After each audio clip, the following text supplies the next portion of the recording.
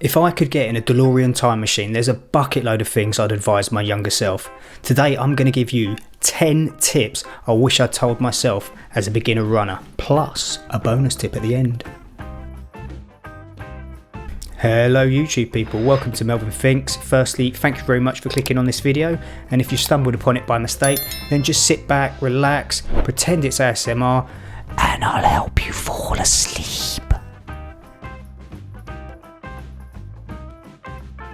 So my running journey started in December 2013.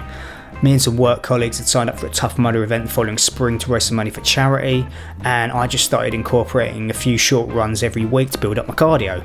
And then the runs got more frequent, they got longer, they got further, and I just haven't stopped since. I'm not an elite athlete, coach, ultra runner or anything like that. I simply run because I enjoy it. It's almost meditative and a form of escapism for me. I try and run several half marathons a year, and I did my one and only full marathon in 2016, and there's a reason why it was my only marathon so far.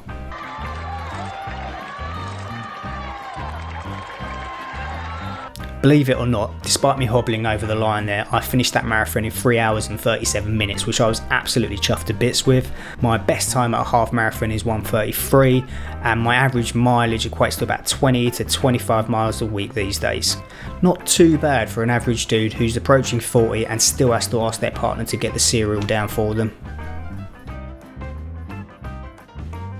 Hindsight is a wonderful thing, and anytime I chat with someone who's contemplating taking up running for the first time, I get overly enthusiastic and I basically bore them to death preaching about all the things I wish I'd done differently, or I wish someone had told me when my running journey began, like avoiding cotton t-shirts and wearing nipple tape.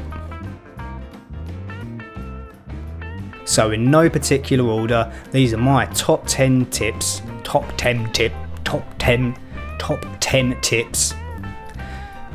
So in no particular order, the following are my top 10 tips for beginner runners that I wish someone had told me.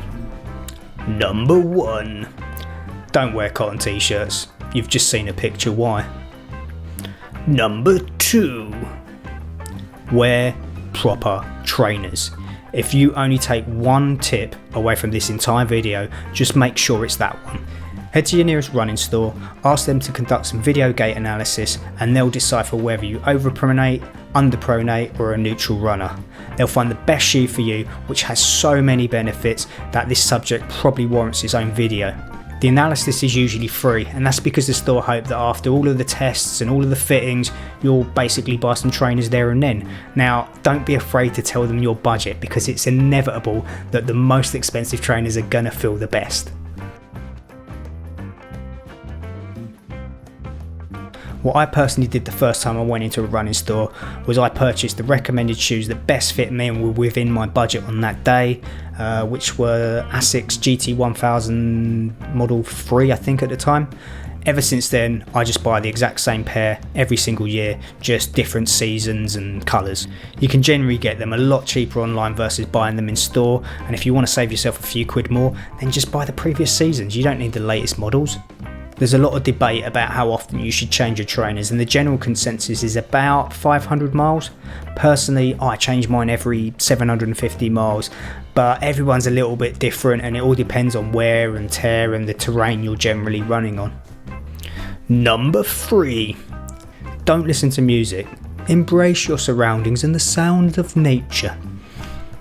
Plus you'll be able to hear oncoming traffic and murderers so that you don't die. Number 4. If you can afford it, get yourself a proper dedicated GPS running watch, preferably with a heart rate monitor. I've owned a Garmin Forerunner 235 since 2017, and after my Asics GT1000s, it's without a doubt the next best investment I made and worth every single penny. Aside from tracking the basics like time, distance, pace and heart rate, it'll give you some super cool and detailed analysis. For the first 3 years, I used to run with my phone attached to my arm and just track everything via numerous running apps. But when I switched to a Garmin watch, it was an absolute game changer for me. Until you get lost and then you wish you still had your phone with you. Which brings me on to number 5. Buy yourself a FlipBelt or a mock alternative. I appreciate not everyone can afford a fancy Garmin watch, yet in this day and age most people own a smartphone. Do yourself a favour, don't buy one of those arm strap things to store your phone. I find that they chafe, they constantly move about and you're adjusting them, and more importantly in the summer it will bugger up your tan if you're running in sleeveless tops. I've bought several FlipBelts over the years, and if I'm on longer runs or running in unfamiliar areas, I can take my phone with me just in case. I can put my keys in there, my bank cards, etc. And FlipBelt themselves have a specially designed sort of arc water bottle that fits nicely within the belt, so that's really handy if you're doing super long runs or it's a very hot day. Number 6. Watch out for dogs, especially big ones. I got catapulted into the air once whilst on a long run when a dog the size of a horse was chasing after a ball and it didn't see that I was in its direct path. After I'd picked myself up, brushed myself down, assessed all the cuts and the grazes, I looked up at the sky and thanked the dear Lord that I still had 6 miles to get home. When I did get home, I said to my partner, "I've just been knocked over by a dog," and she pissed herself laughing. She still pisses herself laughing to this day. Number 7. Learn to belly breathe. A lot of us unknowingly have really bad form when it comes to something so simple, breathing. We tend to inhale and exhale from our chest when we're running, which just isn't optimal, and I'm just going to read this next bit.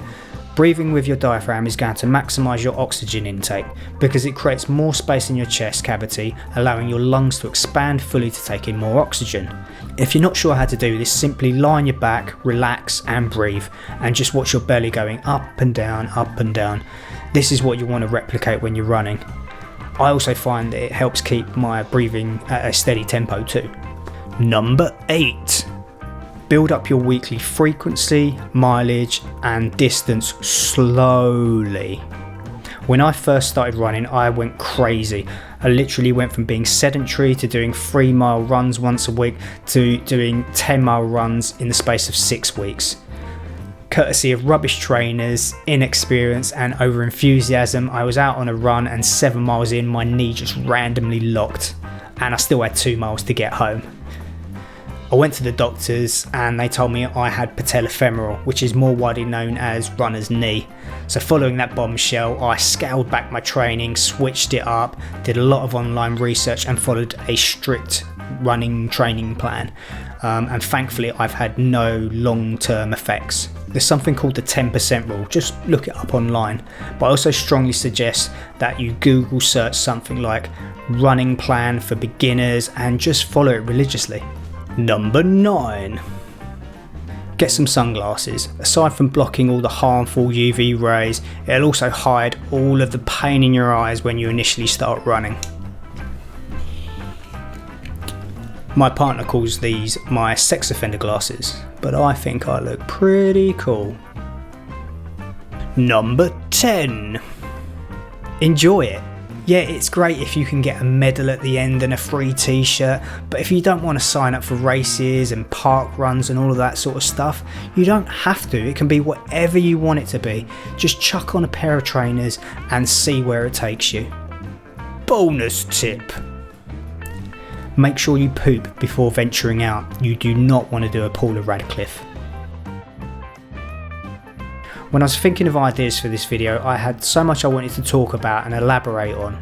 Pretty much every single tip could be an independent video in its own right here, and there were some more advanced topics which I really wanted to include.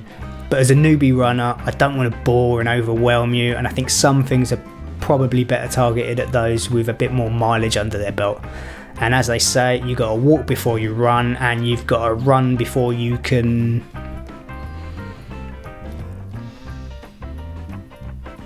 Put it in the comment section. I should point out I'm not affiliated with ASICS, Garmin or FlipBelt in any way whatsoever. However, if they want to send me some freebies for future video reviews, then I'm game. Thank you for watching this video through to the end. I genuinely hope this has helped you, and if you've got any questions you want to throw at me, then just put them in the comment section. We can all help one another in this world by sharing our knowledge and our experiences, and it doesn't cost a thing. Please hit all the bells and the buttons, and I hope to see you in the next video. Look after yourselves and bye for now. Cheers.